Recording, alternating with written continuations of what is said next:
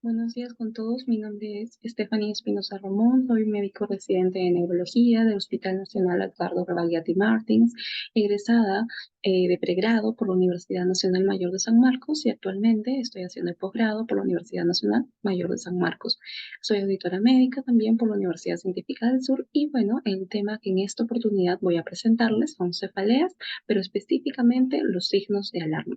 ¿Cuál es mi población objetivo? ¿A quiénes busco llegar? Específicamente a todos ustedes, a toda mi población en general, no necesariamente al personal de salud, porque al ser la cefalea un tema de gran relevancia, de gran preponderancia en todos ustedes, en toda nuestra población, es necesario identificar realmente es o no es una cefalea, hay o no hay signos de alarma, debo acudir a la emergencia, debo acudir a un puesto de salud, debo acudir a un hospital. Entonces, en razón de ello es esta presente exposición. Entonces, vamos a continuar. Bien. ¿Qué es la cefalea? Digamos, ¿quién no ha tenido una cefalea en su vida? Creo que del 100% de la población, las estadísticas nos mencionan que entre un 60 a un 80% de la población en general ha tenido una cefalea, un cuadro de dolor de cabeza, sea este leve, sea este moderado, sea este severo, asociado o no a otra sintomatología.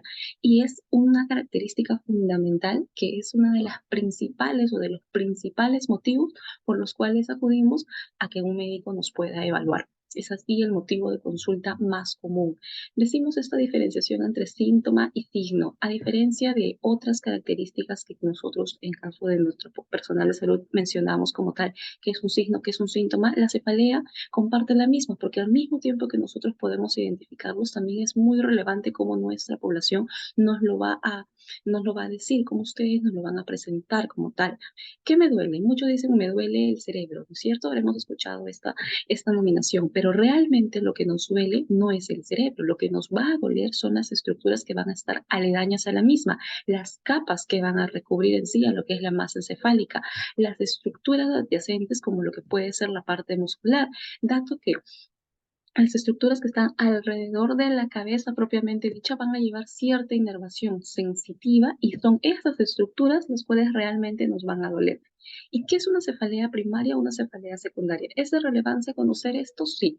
Del 100%, el mayor porcentaje por el cual un paciente va a acudir hacia nosotros, los médicos y en específico también a los neurólogos, va a ser por un cuadro de cefalea primaria, es decir, un cuadro que no tiene una patología subyacente de base, que puede ser desde una migraña, que puede ser desde una cefalea tensional, pero también van a existir casos de cefalea secundaria. ¿Secundaria a qué? A que la persona en este caso va a tener otra enfermedad y que esta otra enfermedad va a estar muy asociada con lo que es el cuadro de cefalea. Entonces, de los adultos, del 100%, el 50 al 60% se dice que va a tener en algún momento de su vida ha tenido un cuadro de cefalea. Predisposición por el sexo, se menciona que las mujeres, el 90% de las mujeres han sufrido en algún momento un cuadro de cefalea y el 80% de los varones.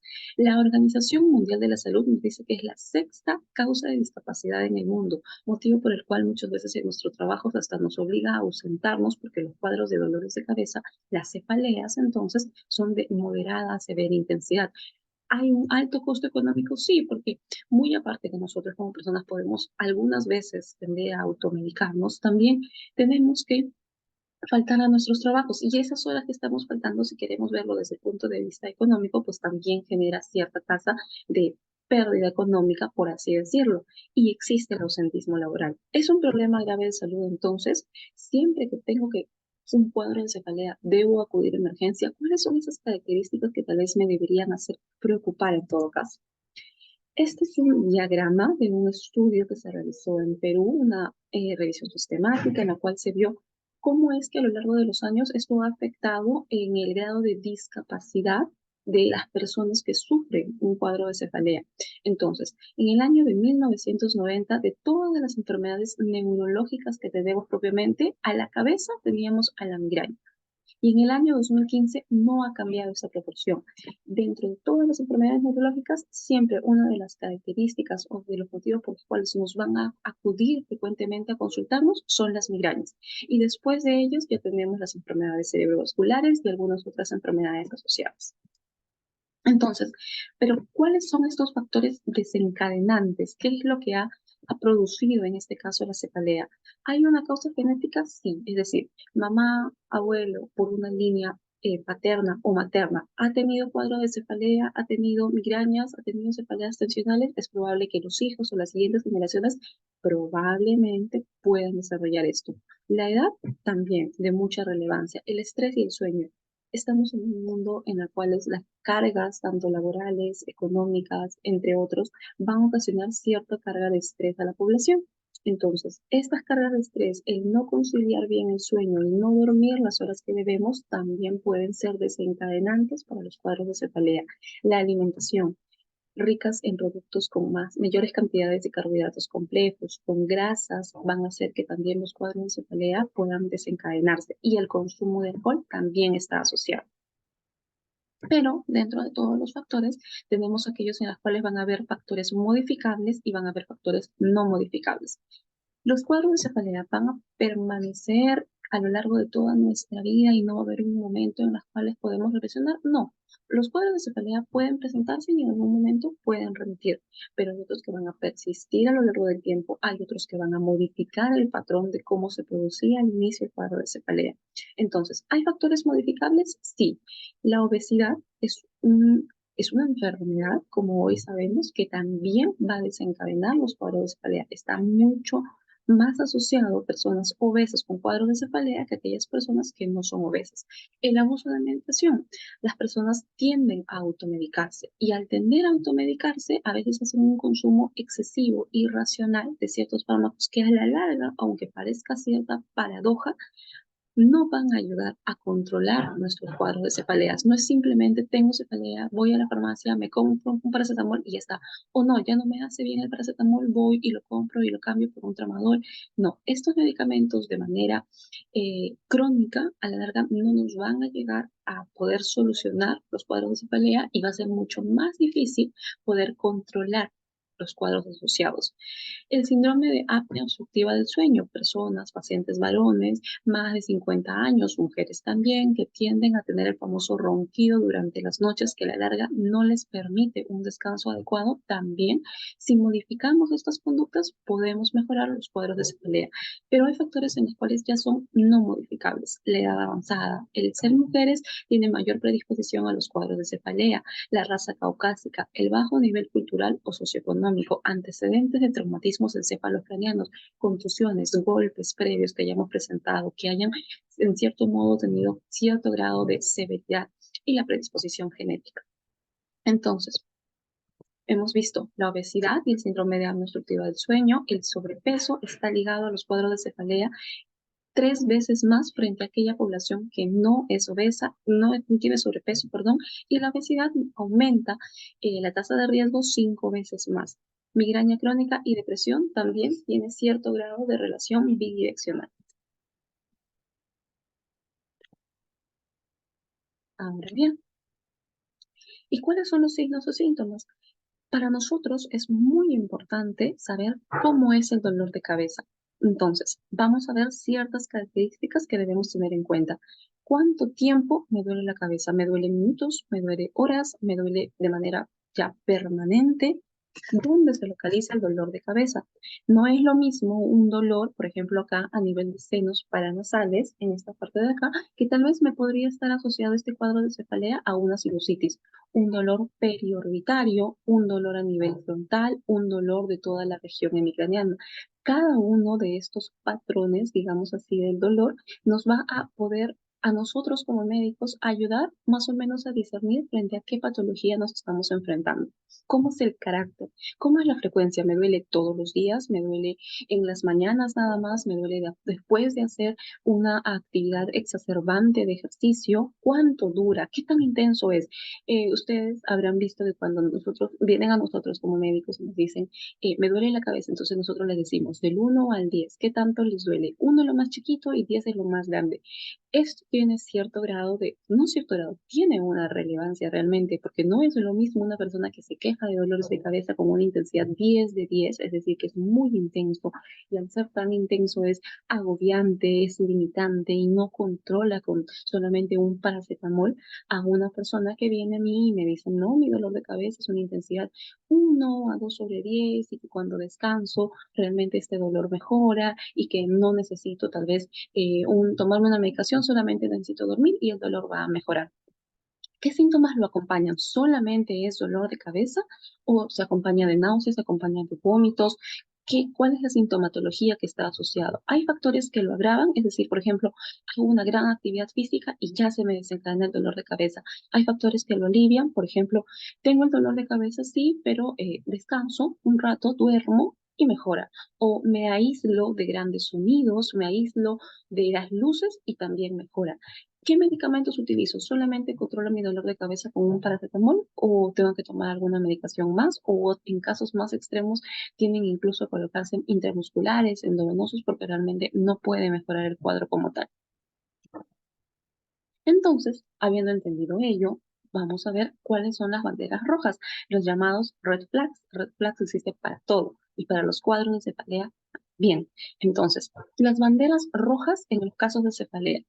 No es lo mismo una persona de 20 años de edad, mujer, que viene y me dice, sí, tengo dolores de cabeza desde, qué sé yo, desde que estaba en la secundaria.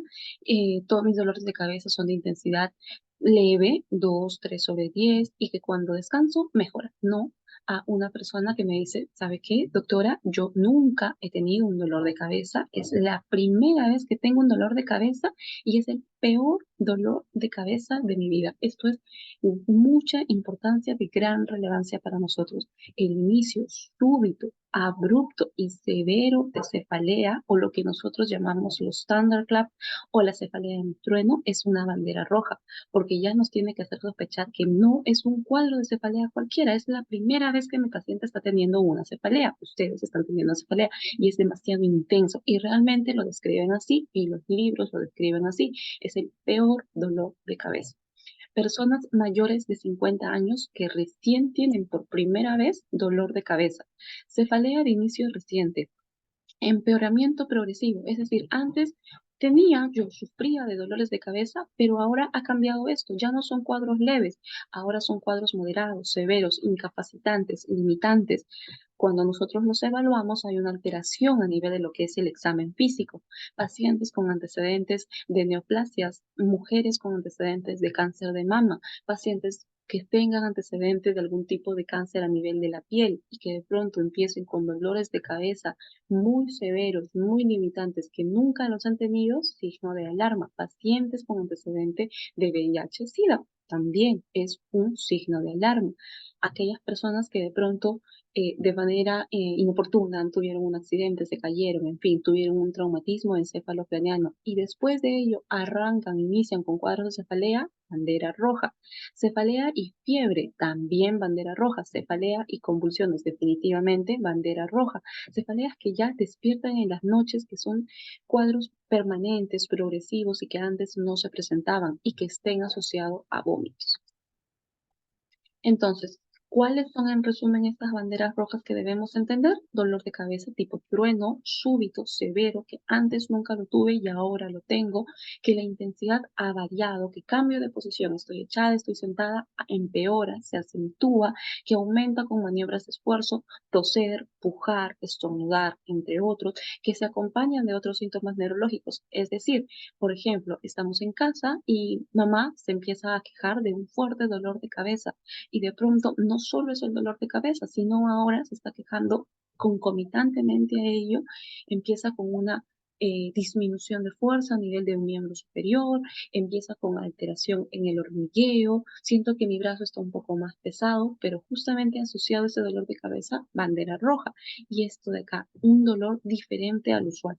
Yo, por ejemplo, sufro de dolores de cabeza, sé que es un cuadro que me han dicho ya en la posta que es una migraña o que ya me han dicho que es una cefalea tensional, pero que ahora ya no se está comportando de la misma forma. Es decir, antes siempre me dolía en esta zona y ahora ya no me duele en esta zona, sino ya me duele en otra zona, la frecuencia ha aumentado, lo tengo todos los días, los dolores de cabeza, no me dejan descansar, son incapacitantes, son limitantes, bandera roja. Entonces, ¿qué debo hacer? Esta tablita de acá lo puse para poder ver cuál es el diagnóstico diferencial. No es el objetivo de esta presentación explicar los diagnósticos diferenciales, sino saber reconocer cuáles son los signos de alarma que hemos hablado.